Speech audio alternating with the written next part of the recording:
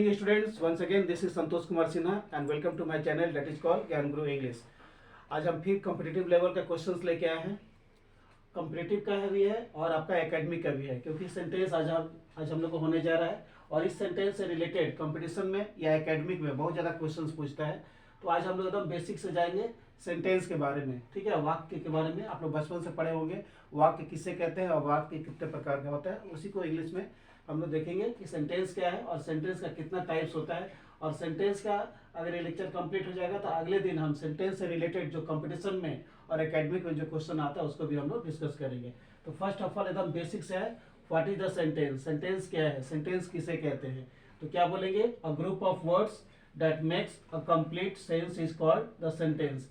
यानी कि शब्दों का समूह जो एक कंप्लीट सेंस बनाता है उसे हम लोग सेंटेंस कहते हैं। एक बार और देख लेते हैं इंग्लिश में क्या बोलता है, a group of words that makes a complete sense is called the sentence. यानी कि शब्दों का वह समूह जो एक कंप्लीट सेंस बनाता है, जिसका एक नॉलेज, जिसका एक मीनिंग निकलता है, उससे हम लोग सेंटेंस या हिंदी में वाक्य कहते हैं।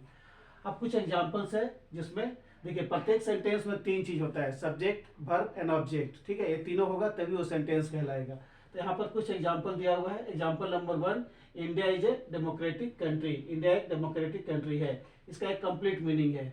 सेकेंड में बोलता है you have achieve the target, आपने टारगेट को अचीव कर लिया है। इसमें सब्जेक्ट है, वर्ब है प्लस ऑब्जेक्ट है।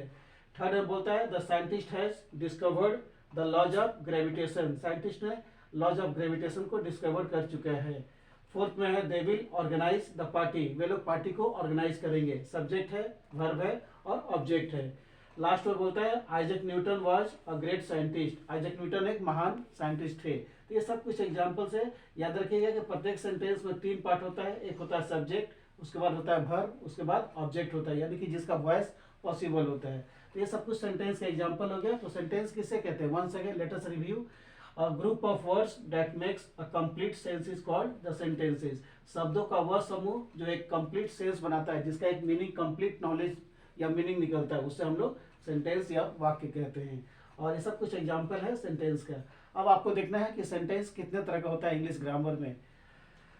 काइंड्स ऑफ सेंटेंस या 5 होता है। There are 5 types of sentences in our English grammar. तो सबसे पहला सेंटेंस क्या होगा, असर्टिव और डिक्लेरेटिव सेंटेंस, ठीक है। दूसरा है इंट्रोगेटिव सेंटेंस, जब हम किसी से क्वेश्चंस करते हैं।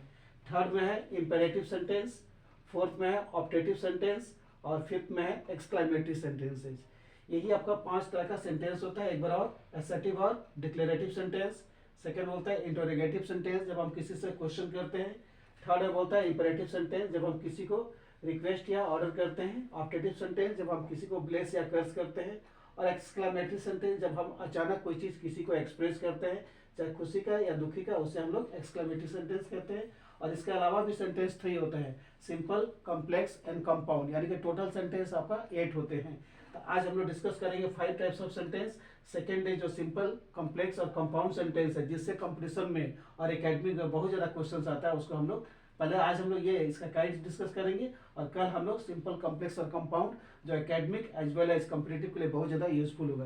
तो चलिए इसको आगे बढ़ाते हैं और देखते हैं कि हम लोग का 5 सेंटेंस क्या क्या है। चलिए हम लोग सेंटेंस को आगे बढ़ाते हैं और देखते हैं कि उसका डेफिनेशन, उसका एग्जाम्पल्स, उसका क्या क्या है। सो फर्स्ट सेंटेंस है असर्टिव और डिक्लेरेटिव सेंटेंस। इसका 2 नाम है, असर्टिव सेंटेंस या डिक्लेरेटिव सेंटेंस। मतलब हम लोग कोई चीज किसी के बारे में डिक्लेयर करते हैं। अब इसको डिफाइन करते हैं हम, क्या है, इट डिस्क्राइब्स समथिंग, मतलब किसी चीज को डिस्क्राइब कर देता है, ठीक है। तो उससे हम लोग बोलते हैं असर्टिव और डिक्लेरेटिव सेंटेंस, यानी कि किसी चीज के बारे में हम डिस्क्राइब करते हैं, यानी कि उसके बारे में कुछ डिक्लेयर करते हैं। For example, Ranchi is a smart city. यहाँ हम रांची के बारे में बात कर रहे हैं। रांची कैसा शहर है, एक स्मार्ट शहर है। सेकेंड बोलता है Bangalore is famous for IT sector, Bangalore जो है आईटी सेक्टर के लिए फेमस है। मतलब इन सब सेंटेंस में हम कुछ डिस्क्राइब कर रहे हैं, कुछ वर्णन कर रहे हैं किसी के बारे में। थर्ड में बोलता है M S Dhoni has opened a farm house, M S Dhoni ने एक फार्म हाउस खोल रखा है। फोर्थ में है West Bengal is famous for Howrah bridge, West Bengal Howrah bridge के लिए बहुत ज्यादा फेमस है, जो अंग्रेजों के टाइम में बना हुआ था। फिफ्थ में बोलता है the lion leads the jungle, शेर जंगल को पूरा लीड करता है। तो ये 5 सेंटेंस शो करता है कि हम किसी के बारे में कुछ डिक्लेयर कर रहे हैं या उसके बारे में कुछ वर्णन कर रहे हैं।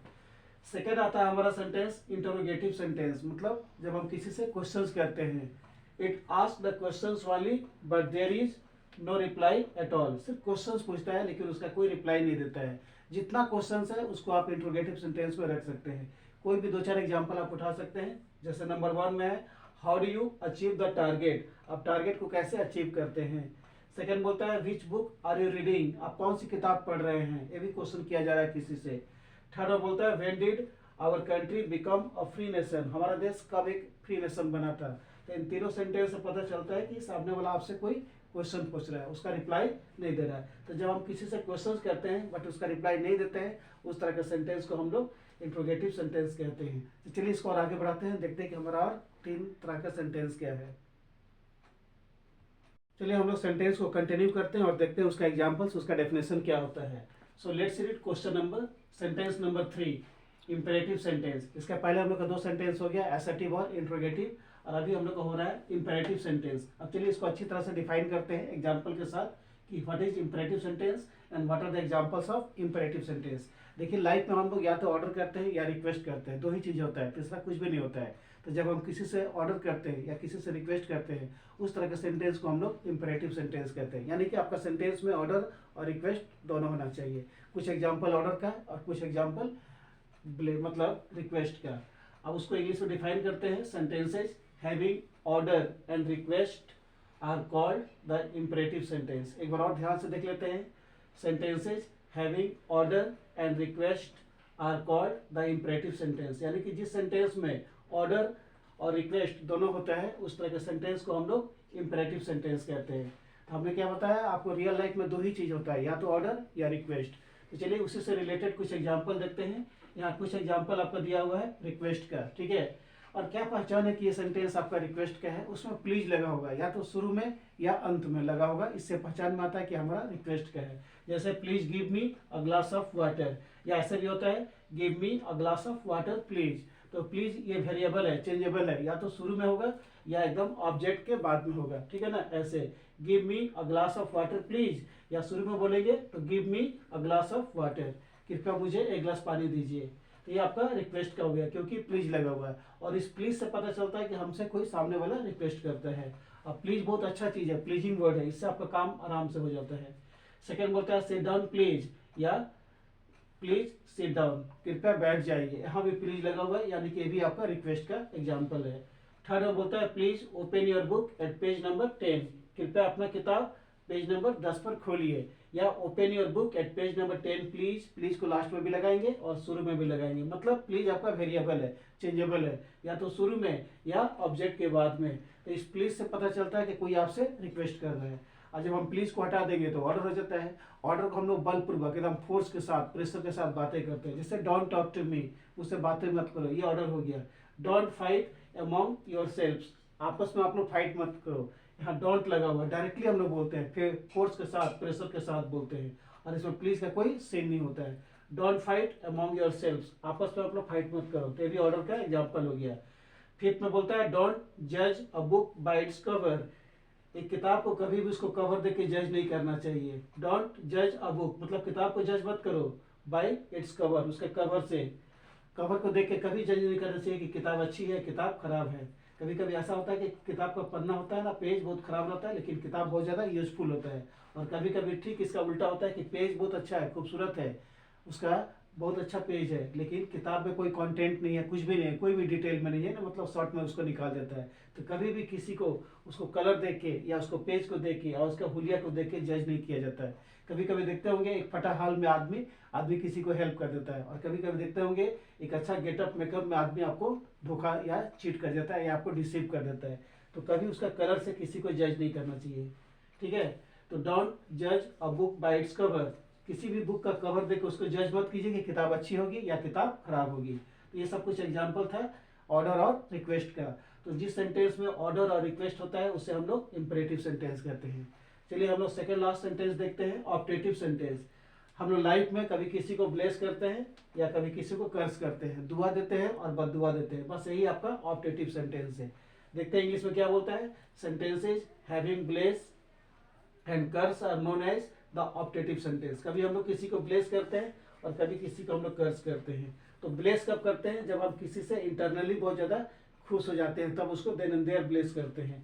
और कर्स कब करते हैं, जब हम किसी से इंटरनली हर्ट हो जाते हैं, तो हाँ उसको हम देन एंड देयर कर्स यानी कि बददुआ दे के चले जाते हैं। तो उसी से रिलेटेड कुछ यहाँ पर एग्जाम्पल है, तो चलिए देखते हैं। एग्जाम्पल नंबर 1 में मे गॉड ब्लेस यू, भगवान आपको रक्षा करे, तो ये ब्लेस का एग्जाम्पल है। May you lead a very happy life, आपका जिंदगी बहुत खुशहाल हो जाए, मतलब खुशियों से भरती रहे, तो ये भी आपका ब्लेसिंग का एग्जाम्पल है। अब कुछ नीचे में जो 2 एग्जाम्पल है ये आपका कर्ज का है। मे गॉड पनिश यू, भगवान आपको सजा दे, ये भी आपको कोई मतलब टूट गया है इमोशनल, इसलिए आपको बदुआ दे रहा है। उस तरह से गो टू हेल, नर्क में जाओ, हम लोग बोलते हैं ना जब किसी से एकदम हम लोग इंटरनली टूट जाते हैं, हमारा इमोशन पर मतलब हर्ट होता है, ठेस पहुंचता है, तो उसको तुरंत हम लोग बददुआ देते हैं, गो टू हेल या मे गॉड पनिश यू। ये सब कुछ एग्जांपल्स था ऑब्जेक्टिव का। दुनिया में 2 ही चीज होता है, या तो ब्लेस होता है या कर्स होता है। एक बार और देख लीजिए, ब्लेस कब होता है, जब हम किसी से इंटरनली खुश होते हैं, मतलब हमको कोई हर्ट नहीं पहुंचाता है, वहाँ ब्लेस हम देते हैं, उसको दुआ देते हैं। और जब वही चीज हमको कोई इंटरनली हमें हर्ट करता है, इमोशंस के साथ छेड़छाड़ करता है, तो हम उसको देन एंड देयर कर्स कर देते हैं। तो ये सब कुछ एग्जांपल्स था ब्लेस एंड कर्स का। तो ऑप्टेटिव सेंटेंस किसको बोलते हैं, sentences having bless and curse are known as the optative sentence. चलिए एक और सेंटेंस रह गया एक्सक्लेमेटरी, उसको भी हम लोग देख लेते हैं, और अगले दिन उससे रिलेटेड हम लोग क्वेश्चंस प्रैक्टिस कराएंगे। चलिए हम लोग सेंटेंस को फाइनल टच देते हैं और देखते हैं कि उसका एग्जांपल्स, उसका डेफिनेशन और उसका क्या क्या रूल्स है। So last sentence is exclamatory sentences. ठीक है, अब इसको डिफाइन कर लेते हैं अच्छी तरह से, और उसी से रिलेटेड कुछ यहाँ एग्जांपल्स है। तो एक्सक्लेमेटरी सेंटेंस क्या है, sentences having sudden and strong feelings, emotions and thoughts are called the exclamatory sentences. Once again, let us read the question. Sentences having sudden and strong feelings, emotions and thoughts are called the exclamatory sentences.